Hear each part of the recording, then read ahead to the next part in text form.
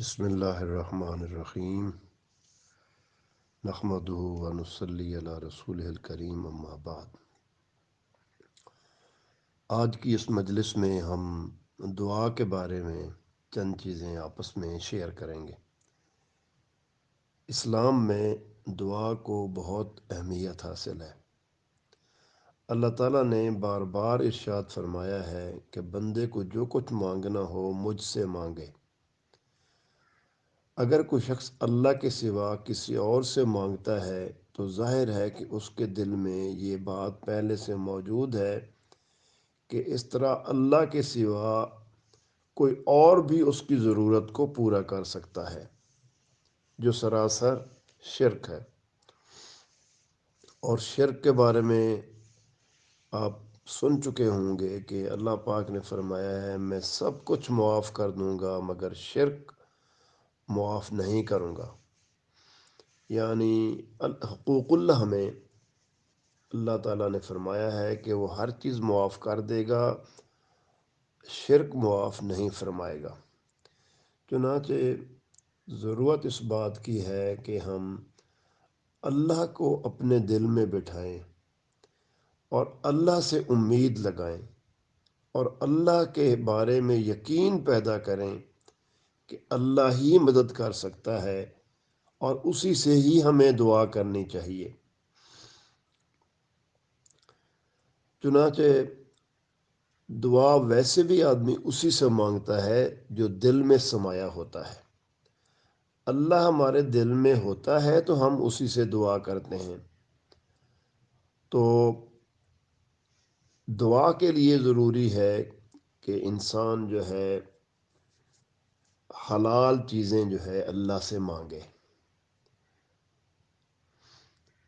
اور دعا کے بارے میں فرمایا ہے کہ الدعاء مخ العبادہ، یعنی دعا عبادت کا مغز ہے۔ اور رسول صلی اللہ علیہ وسلم نے یہ بتایا ہے کہ اللہ تعالیٰ اس بندے سے ناخوش ہوتا ہے جو اپنی حاجتیں اس سے نہیں مانگتا۔ اسی طرح دین کی خدمت کے لیے دعا بھی ایک اہم بات ہے۔ غور کریں تو سب سے بڑی بات یہی ہے کہ بندہ اللہ کی راہ پر چلتے ہوئے اس کی خوشنودی کے لیے اس کے دین کو غالب کرنے اور اس کے کلمے کو بلند کرنے کے لیے سر دھڑ کی بازی لگا رہا ہے، اور پھر ہاتھ پھیلا پھیلا کر اسی سے مدد مانگ رہا ہے۔ یہی وہ دعا ہے جو بندے کو اللہ کا مقرب بناتی ہے۔ یہی وہ دعا ہے جس کے بعد صرف دنیا میں ہی سرفرازی اور کامیابی مومنوں کے قدم نہیں چومتی بلکہ آخرت میں بھی ان کے لیے جنت کے دروازے کھولتی ہے اور انہیں اللہ تعالیٰ کی بارگاہ میں اونچے سے اونچا مقام دلاتی ہے۔ بندہ اپنی چھوٹی سے چھوٹی ضرورتوں کے لیے بھی اللہ سے دعا مانگ سکتا ہے۔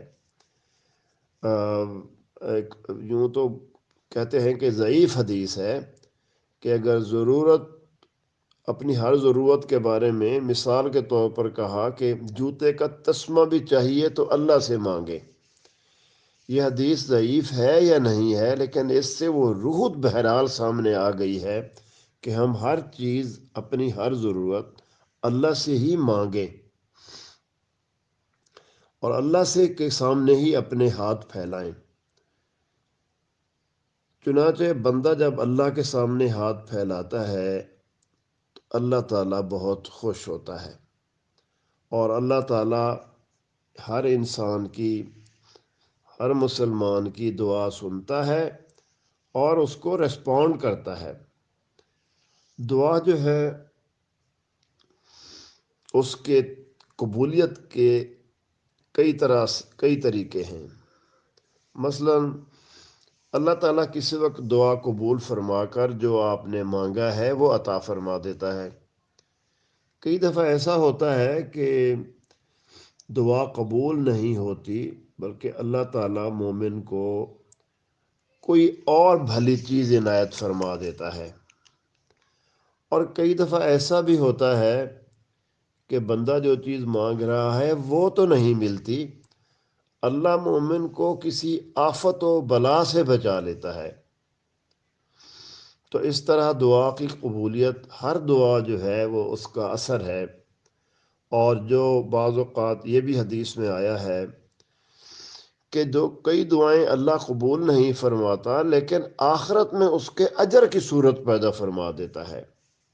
تو اس طرح دعا جو ہے وہ دل سے کرنی چاہیے، دعا کبھی بیکار نہیں جاتی، اور اس کے قبول ہونے کی یہ میں جو چند صورتیں بیان کی ہیں یہ ہو سکتی ہیں۔ اللہ تعالیٰ کے نزدیک اللہ تعالیٰ اس چیز کو اس کے مقابلے میں بہتر چیزیں جو ہے وہ دے دیتا ہے، اور اللہ بہتر جانتا ہے کہ جو کچھ اللہ سے بندے نے مانگا ہے وہ اس کے حق میں بہتر ہے یا اس سے کوئی اور چیز اس کے حق میں بہتر ہے۔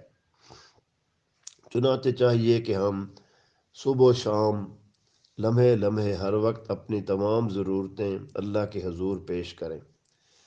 دعا کے لیے کچھ آداب بتائے گئے ہیں، اور ان میں یہ ہے کہ انسان دعا دل سے کرے، پورے شوق اور جذبے کے ساتھ اور پورے یقین کے ساتھ کرے، اور دعا کی قبولیت کا امکان بڑھ جاتا ہے کہ پہلے انسان اللہ کی تعریف بیان کرے، جیسے ہم کہتے ہیں الحمدللہ رب العالمین، یا اور آپ اردو زبان میں بھی اللہ کی تعریف بیان کر سکتے ہیں۔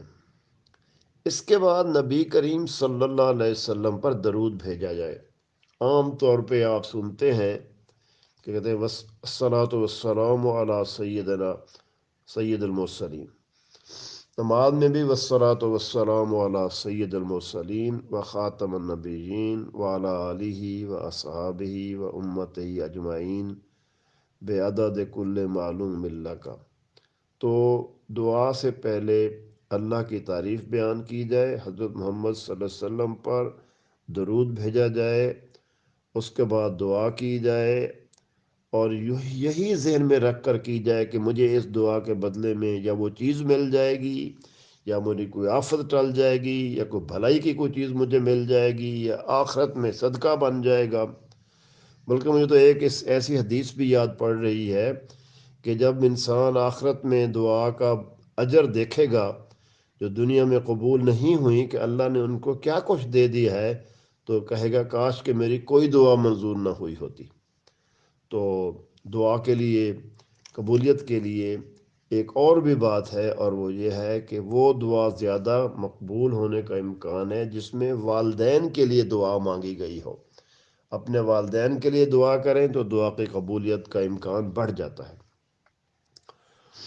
اور عربی میں دعا کریں تو اللہ کو زیادہ پسند ہے۔ آپ دعا پنجابی میں بھی کر سکتے ہیں، آپ پنجاب سرائکی میں بھی کر سکتے ہیں، اردو میں بھی کر سکتے ہیں، انگریزی میں بھی کر سکتے ہیں۔ تو مسنون دعائیں ہیں، کچھ قرآن میں دعائیں آئی ہیں، حدیث میں دعائیں ہیں۔ اچھا ہو کہ انسان ان کو یاد کرے اور اس کی صورت پیدا کرے اور اس عربی زبان میں دعائیں مانگے۔ دعا کرنا اور دعا پڑھنا یہ مختلف باتیں ہیں۔